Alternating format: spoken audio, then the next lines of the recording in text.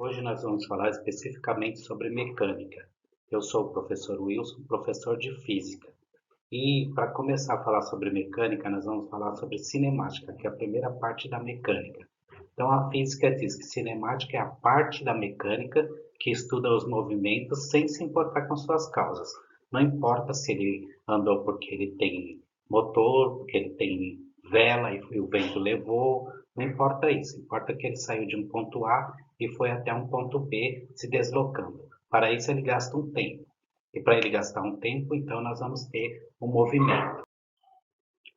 Todo móvel ele se desloca em relação ao tempo. Por isso nós colocamos aqui um corpo se deslocando e olhando sempre para o tempo, porque essas são as medidas utilizadas para medir aquilo que nós utilizamos para verificar como que esse móvel se deslocou. Referencial e móvel.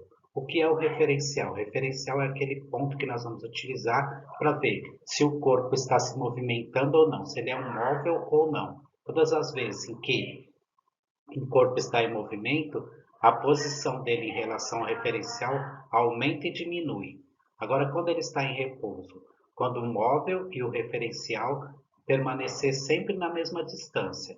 Então, repouso, a mesma distância entre referencial e corpo, e movimento, distâncias diferentes entre o referencial e o corpo. Aqui eu tenho um basicão de cinemática, primeiro da definição, que eu já falei, né, que a definição de cinemática é a parte da física que estuda o movimento dos corpos sem se importar com suas causas.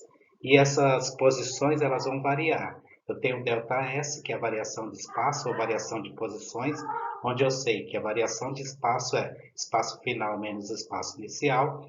Depois eu tenho a variação de tempo, que eu sei que a variação de tempo é tempo final menos tempo inicial.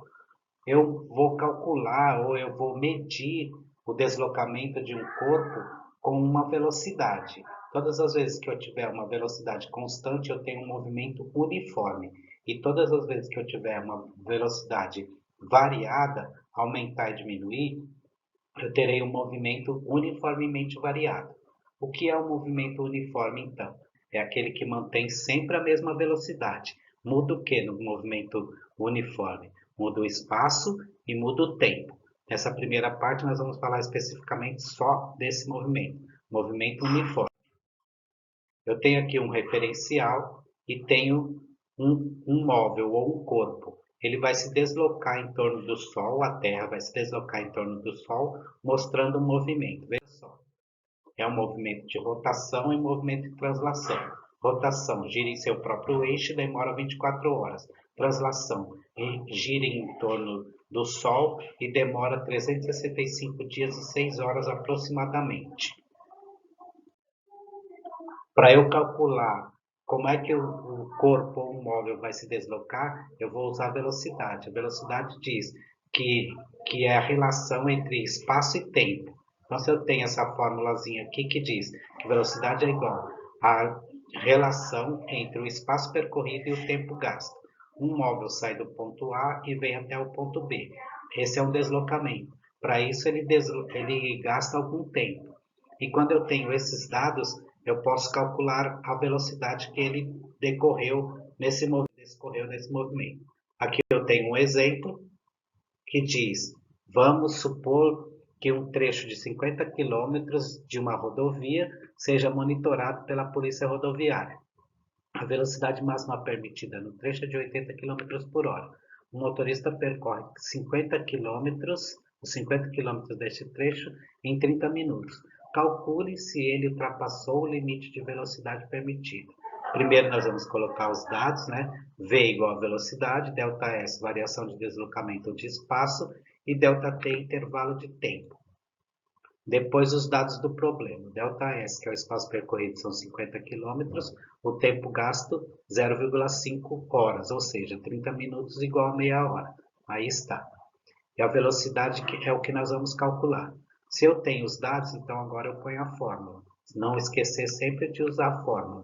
Velocidade média é igual ao espaço percorrido, 50 km, pelo tempo gasto, meia hora. Logo, utilizando a divisão desses dois valores aqui, eu vou ter que a velocidade média é igual a 100 km por hora. Esse motorista andou acima da velocidade máxima permitida no trecho monitorado pela Polícia Rodoviária.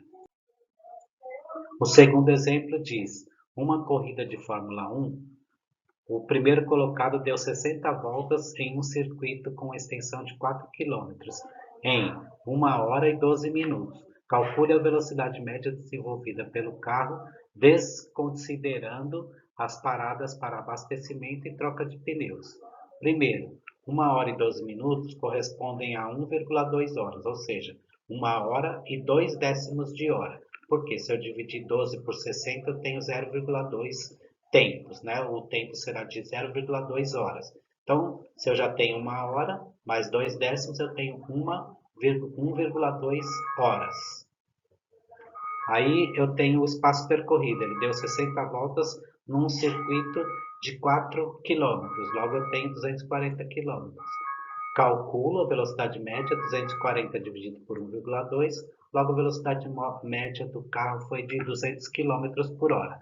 E é isso, pessoal. Espero que eu tenha agradado, que eu tenha ajudado vocês aí. Vou dar uma parada por agora. Na próxima aula nós continuamos.